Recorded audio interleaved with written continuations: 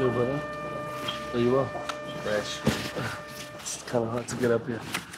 How's everything? Crazy. Of course. Thank you for doing this, Doug. I know you're busy. I know Sereti is very busy. Am I saying it right? Sereti. Siriti. Sereti. What does that mean? It's the shadow you cast. Why that name? Kind of the legacy that we want to leave. Kind of made it like, we all felt like, in fact, Leanne was like, we're all having a conversation about what we wanted to do. And we kind of felt like we wanted to do things our way. Yeah. But we also wanted to leave a footprint. Footprint didn't sound quite right. So she kind of said, she said, this name Siriti, which is essentially your shadow and your legacy that you leave behind. So, yeah. So, dude, I know that, you're obviously, a very busy homie. And having started a company myself, I know how, things can seemingly be great versus what you're actually going through. Yeah. Where is this company right now? It's in the place where we wanted it to be 3 years from now, which is the scariest part. So everything's come. So we have two divisions, commercials and long form, and the plan was always that we're going to have the commercials, be the money maker, while long form, because it's long, take a little bit longer to kind of balance it out. And it started off that way. It started off with us literally just having commercials, long form pitching shows, Sure. and then eventually we got the contract for the herd, commercials, and then funny enough, when we got the contract for the herd, then the commercials dipped down. So at that point, it was still a little bit, it was cool because it was a fine balance, and then everything in commercials picked up at the same time as the herd. So the problem that we have right now is capacity. So is there a plan to sort of shake up the current space? Because I think the herd is a good sign. Yeah. It's a very good production. Yeah. And watching it, I appreciate, obviously, the people behind it, and I appreciate the people who are acting it, and I appreciate the scripts. But I think, I have to say, looking at you and looking at your career with so much experience in the casting world, and obviously, in the story world, we trusted that you would give us. I mean, you guys gave us Ayeye. Sure. We trust that you would give us, the entourage, the... Sure. Yeah. Where is that now versus where you are right now? I hear what you mean. I mean, I think, so on that note, you also do have to look at the client that you have, right? And the client that I have wants a particular brand of television. Yeah. So I have to find a way to give the client their particular brand of television, but at the same time also be able to make the brand of television that I want. Sure. So for me, the herd is kind of that, because I really... It's a good production. Yeah, but for It's me, a sick production. For me, it's like, I got to give the client what they wanted, but at the same time, I also got to play.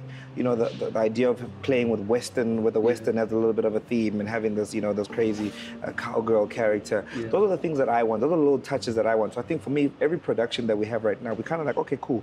We know that this client wants this, and we have to work to those clients, you know what I mean? But at the same time, how do we give them what they want, but also infusing it with our own energy? Sure. And that's the current space. But the space that we want to be at is to say, what do I want to tell 100%? No, you know what I mean? I suppose even with a Netflix, right? There's a certain expectation with a Netflix as well.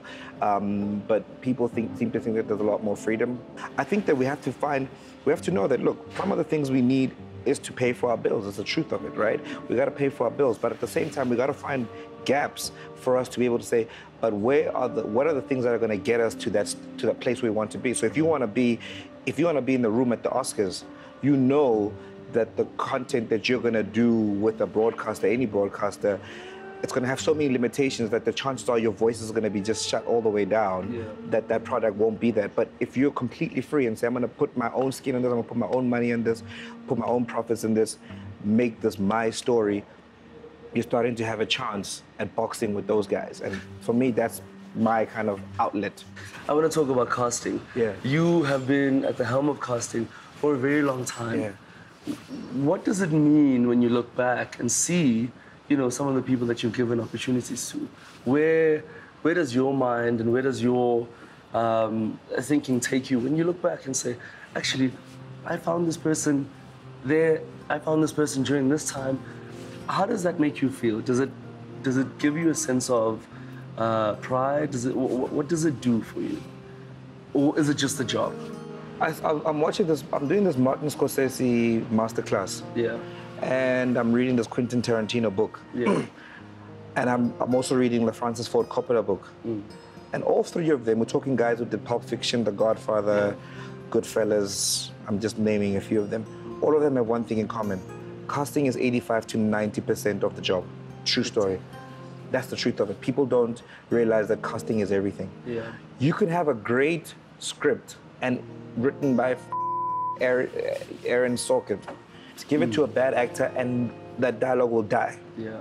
With Nomzamo, the character Tandeka, at the time it was called Zotwa, we did a lot of auditions, and a lot of the times we found really great actors. So in fact, Jessica was one of the people that we found before we found Nomzamo.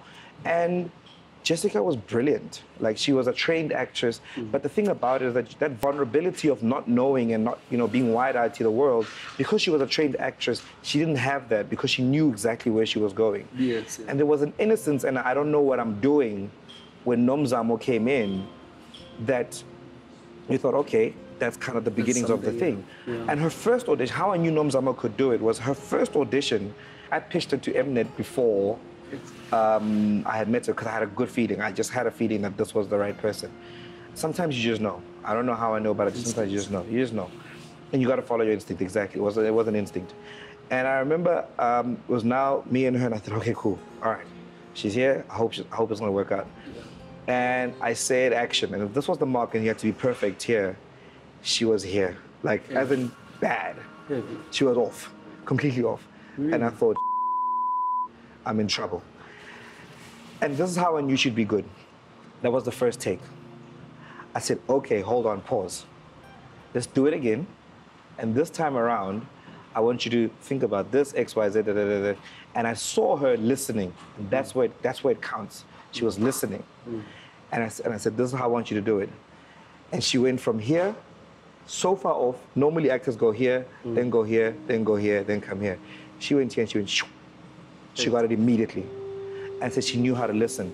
And I said to her, that's going to be your greatest strength, listening. So let's take it back a bit. I think for me, when we look at your company and we look at the things that you guys are communicating constantly, I mean, I think there was a tweet the other day where you said 15 months in and things are just looking amazing. Yeah. How confident are you that this 15 months will lead you into 6 years, 10 years? Are you playing a long game?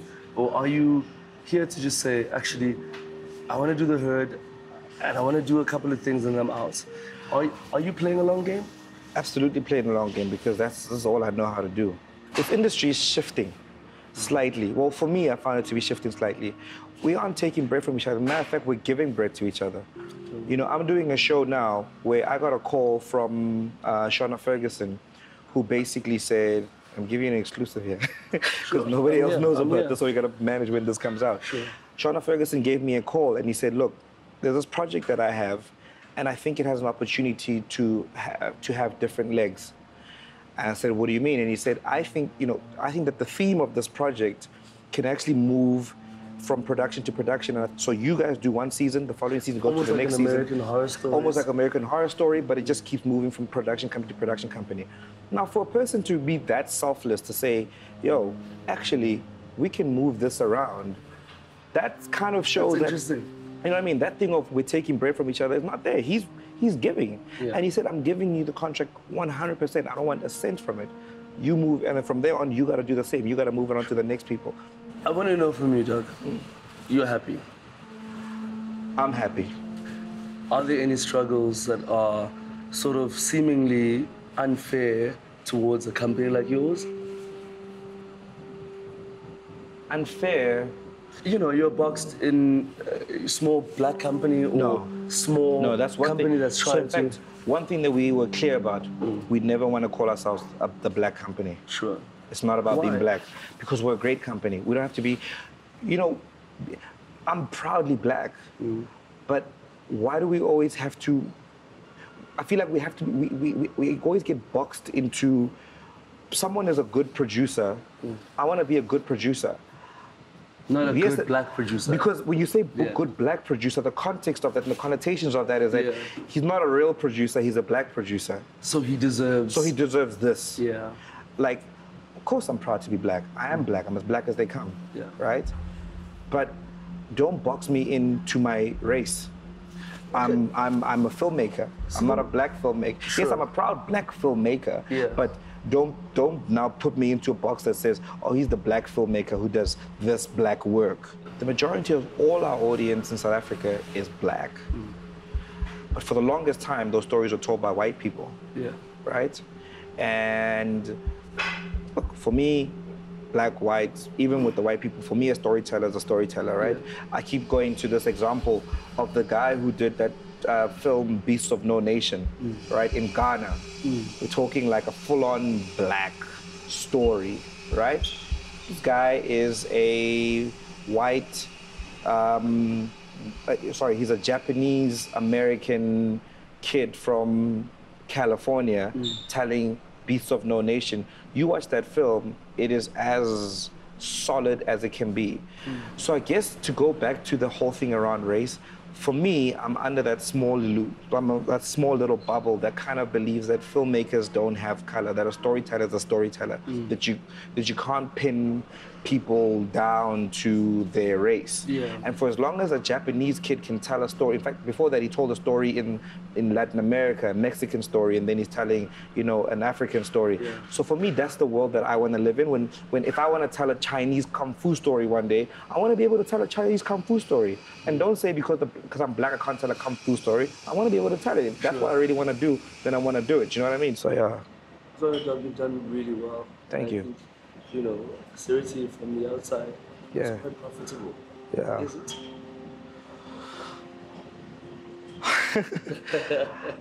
I laughed because I was sitting with the auditors the other day. Yeah, I saw you walk in and Yeah. it's like, You know why I say no? Because we aren't paying ourselves. can't be saying no. No, I'll tell you why I say no. Because we're investing in the business. Sure. So we're in a space where all of our profits are going into the business.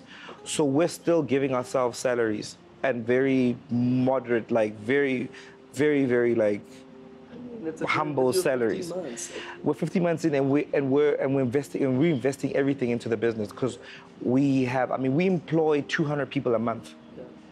So to keep that machine going, you can't be, you know what I mean? Like we can't be paying ourselves. It's 200 people. It's insane. So that's when we like- pay like- VAT, like what's the full amount? Like what's the payroll total at the end of? a lot. Let me put it to you this way. We had to pay VAT the other day, right, to SARS. It's a very important thing. Yeah, it's a very important thing. Pay the tax man. We had to pay VAT the other day. It was over R1 million. Jesus. Just on VAT. It hurts. That's going to the SARS. That's going to the VAT. That's going to the tax man. Tax man. I really want to thank you for chatting to us. Thanks. I really want this conversation to be, just a let-in and Yeah. the beginning of, sharing this information, sharing experiences. Because Sure. everyone looks at Kutlwano and says, he's got it good. Yeah. He's gone past the gatekeeper. hard. So I think hard. I think knowing you and knowing what you've done, but also knowing what we try to do every day with our companies, Yeah. it tells me that we're really headed towards something that's really amazing. But I do know one thing, and I think that thing is the most important thing, that information must be shared. Yeah, absolutely. And I think Yeah. you've been the custodian to that. Yeah. I really appreciate that. I'm trying to force conversations with everybody. Like I asked the Fergusons, I said, yo, please let's go have dinner. Like I want to know more about your model and I want to tell you about our Do you know how model. scary Like, that is, Doug? It's scary to just reach out to the Yeah. next person because I just- it's either people have agendas or Yeah. and yes, there is an agenda. It's to Yeah. get to know you because we're in the space, but Yeah. I don't think it gets looked at in such a positive way. I'm a sponge, man. I want to learn from everybody. I literally I want to learn from everybody. I want to take. I guess I'm a, what's the word? Yeah, I'm irritating in that way, in that I'm a forever student. I really want to learn from everybody. I learned for 9 years from Desiree and Angus. I want to learn from you. I want to learn from Ang. I want to learn from everybody.